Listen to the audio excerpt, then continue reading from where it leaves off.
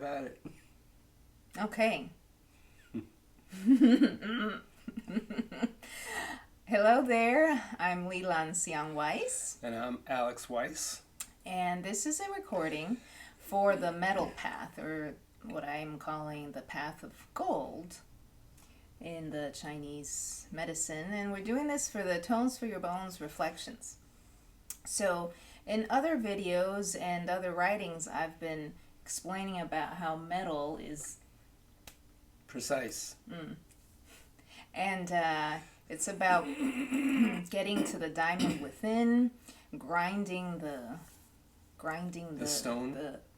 or the grain, like grinding the grain into flour, kind of the process of like getting down to the core, and getting rid of what's not useful and keeping what's useful. So in my reflections for that, Alex's father came up in conversation. I said Alex's father was a diamond cutter, and I was telling our collaborator Link about that. I said he could tell us a lot about diamond cutting. Probably he passed away last year, right, Alex? So, and then I decided to ask Alex what he knew about diamond cutting. And I was trying to get him to just explain to me what he saw about diamond cutting visiting his father. And it was a process of us getting to the core. My father was a diamond cutter for over 40 years, which is a pretty long time for a profession that's pretty intense, like diamond cutting. There's a lot of pressure in cutting a stone.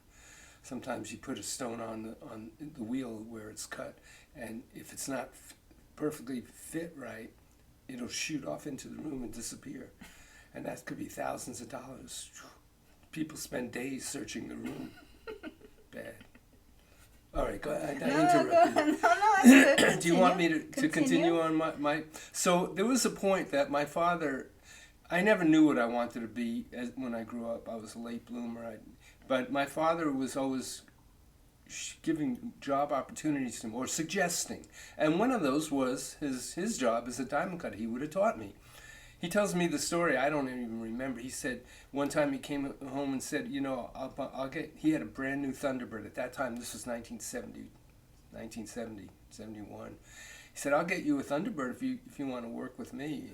And he says that I told him, Dad, I won't do that for 2 Thunderbirds. Now, I wasn't implying it was the diamond cutting in itself. It was the way of the lifestyle. I mean, we lived 45-minute drive on the subway there and back that he took every day. In New York City. In New York City, right. And so there's a lot of elements about diamond cutting. It's not, some people get this illustrious, is that the right word, image of, wow, diamond. No, you're actually working in a small room that you get buzzed in and out. It's more like a prison. It looks like a prison. And they wear, because the diamond dust goes all over the place, they wear gray, it looks like prison uniform. And even then, if you have an undershirt, he always had a stain, a diamond dust stain. Let me explain let me go back a little bit. How they cut diamonds, they use a steel. This aspect of diamond cutting, there are several different parts of cutting stones. I mean, there's the earlier part where they actually break the stones and they're rough. But he's somewhere in the larger middle section of cutting. There's girdling. There's different aspects. It's like there's different processes along the cutting. And his was a major part, towards the end. And they take the stone, which has already been pretty much put into the rough shape. And it was his job to put it in a really good, get the best shape out of it, and get the imperfections that are left inside out, and get the most out of the stone. And to do that, he used this. What's that? It's called, in the diamond industry, a loop. This is his loop. My brother gave it to me after he passed away. It's basically a magnifying glass to look at the stone really closely when you want to see the imperfections. Then you cut the stone on a steel wheel coated with diamond dust, because it's diamond that cuts diamond, because diamond is the hardest substance. Steel itself is not hard enough. So they coat it, and they coat it on a steel wheel. It looks like a old phonograph. If whoever remembers phonographs, it's a wheel like that, except it weighs about 50, 60 pounds. And they coat it. They work in oil and diamond dust into the wheel and in different graded sections, so that it cuts. Some of the wheel is rougher, some of it is finer, so that they have different ways of cutting the stone. When they're getting towards it, kind of like sandpaper, rough sandpaper, and then as you get finish a piece of wood, you're using a lighter sandpaper. Well, the wheel is coated that way in diamond dust, and you spend hours. Looks like a phonograph needle, but it's an arm with a clasp, and he usually has 2 or 3 going at one time in different parts of the wheel, cutting away, hour after hour, day after day, year after year, over 40 years. Except that one, like, how long do you think he worked on one piece? I mean, It really varies. You could spend a week on a stone. It depends on the size of the stone, the amount of imperfections. I mean, one of the stories I had, one time they flew him to South Africa because they bought this huge stone. can you wait on that story? Okay. Because I wanna The loop. go back to the aspects I heard of metal, and so this is a great analogy for looking more closely, because other videos I've said, you reflect on the past or on past projects, or you look at something closely, and you mentioned another term of like finding the imperfections. Yeah, in the stone. Like cavities in the teeth.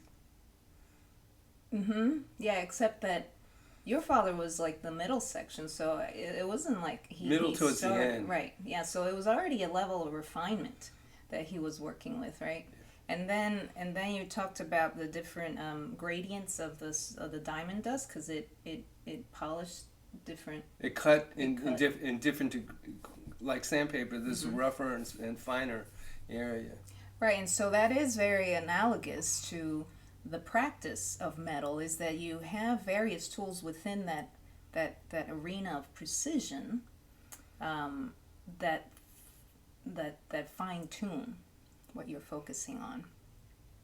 And the funny thing for me is that when I asked Alex the other night about him experiencing, or watching his father cutting diamonds, you couldn't tell me the details, but I'm glad you're sharing it now. Because the other night you were very, very focused on telling me, I do not want to convey the illusion that diamond cutting I is wouldn't do pretty. it for 2 Thunderbirds. I know, you were so adamant about wanting to tell me that the surroundings that he worked in were not your thing, right? It was restrictive. Restrictive. Yeah. And it was no, it didn't even look to a window. It was like on the basement, right? No, it was on the Or like- 5th floor. No, it you was went in on- an elevator. You went in. It was like an office building, but this whole floor was, I think, diamond. I only remember going into this one room, and that's why they worked in one room, long bench, and on that bench were many different wheels. And Each it was person hot, had their. right? It wasn't like air conditioner at the time. You don't remember? I don't really. It wasn't like overwhelmingly hot, but Okay. we're talking about like the 1960s. Okay. It wasn't like a high-end air conditioning that Okay. we have now. So that led me, because I was trying to have him share the story of diamond cutting and the technique itself, and because of your particular inclination, makeup, you also sort of took in at the time the experience of the feeling of being there. And if you allow me to just take this into the context of metal, is that the other videos, I've kind of broken things down for you of what Metal Path is and how to go about it in a way that doesn't feel so overwhelming. But the reality, of course, of all of these paths and of life is that there's always more than one side. It's just that for the teaching aspect, I wanted to break things down. And so what I appreciated when I thought about what you wanted to share is that yes, the industry, itself is not as glamorous as people might think that right? And then you wanted to go into a story. Oh, I wanted to also mention that, it's also not that straightforward. I mean, a lot of people that cut diamonds, at least at that point where I was in New York, barely made a living at it. So kind of like music. I mean, there are people struggling making a living. Like I can't imagine who that. And then there are people like Stevie Wonder, and he doesn't have to worry about paying rent and stuff. Your father did get pretty good. He had a mastery, He started at the bottom and he worked his way up, and he became one of the best in New York, which is probably one of the best anywhere. Tell me what you told me the other night about the 10-year mark that he told you about. All right. So he started at he was 20, 21. He started, young. He got out of high school and he got married and he had to work. And this was not a choice, but it was an opportunity from the family, it's an opportunity. Right? His sister married someone in the diamond business, and my Uncle Sidney, and Uncle Sidney said he'd teach him the basics and he can, start cutting.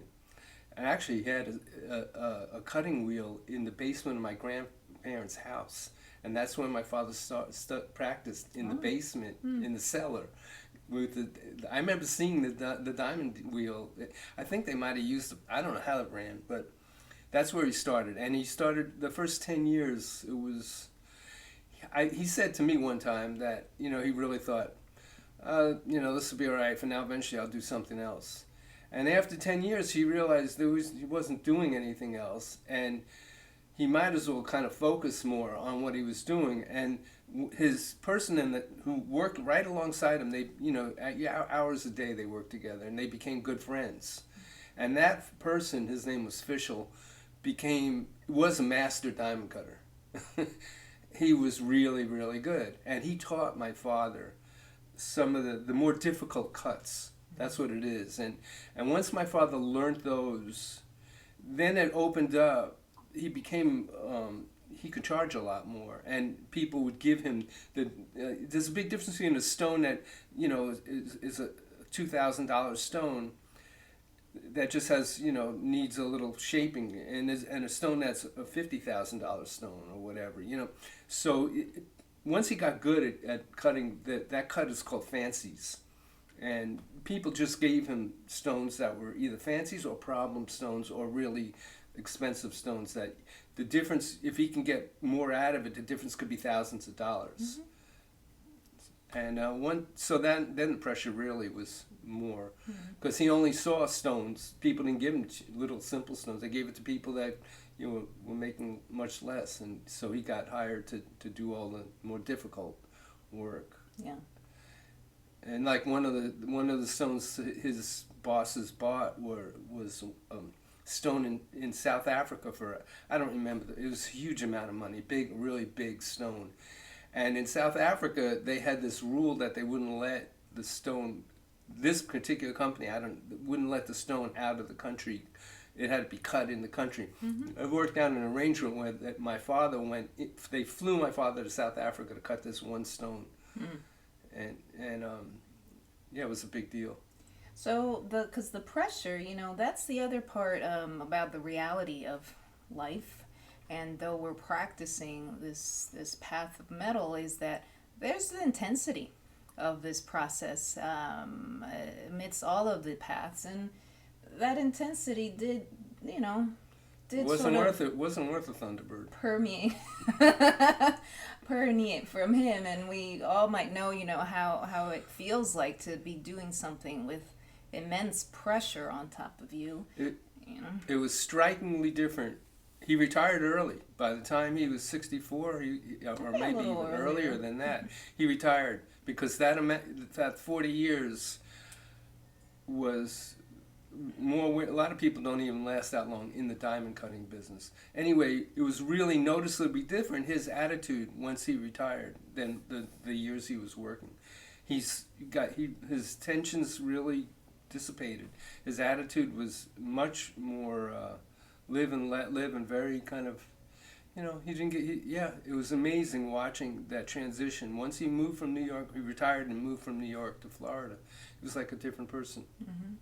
And that story, I mean, it touches me, and it touches me now, because it touches the part of me that has compassion for someone that dedicates herself for that long, and becomes a master in their own service, and does it for many various reasons, and not always for one's own, because it's not like he necessarily picked that. No, Mm-hmm. it was pretty Yeah. much family oriented. I mean, he was doing it for the family. He had to pay the bills, and Mm-hmm. Yeah, and so what he did for a release outside of that, he was an athlete, and until he was 35, he played basketball, and after that, because he needed something that he knew he could do for the basketball. You can't keep doing. His knees were going, and then he took up tennis. And he really just got totally. So whenever he wasn't cutting diamonds, tennis was his release. And hey, so I'll wrap this video up for now, because it actually ties back into a reflection that I sent out at about a few weeks ago about the intimacy of metal with wood.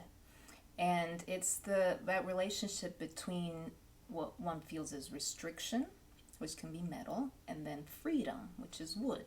And so I'm glad your father had an outlet of his, let's call it gently, stress with the physical activity and sports.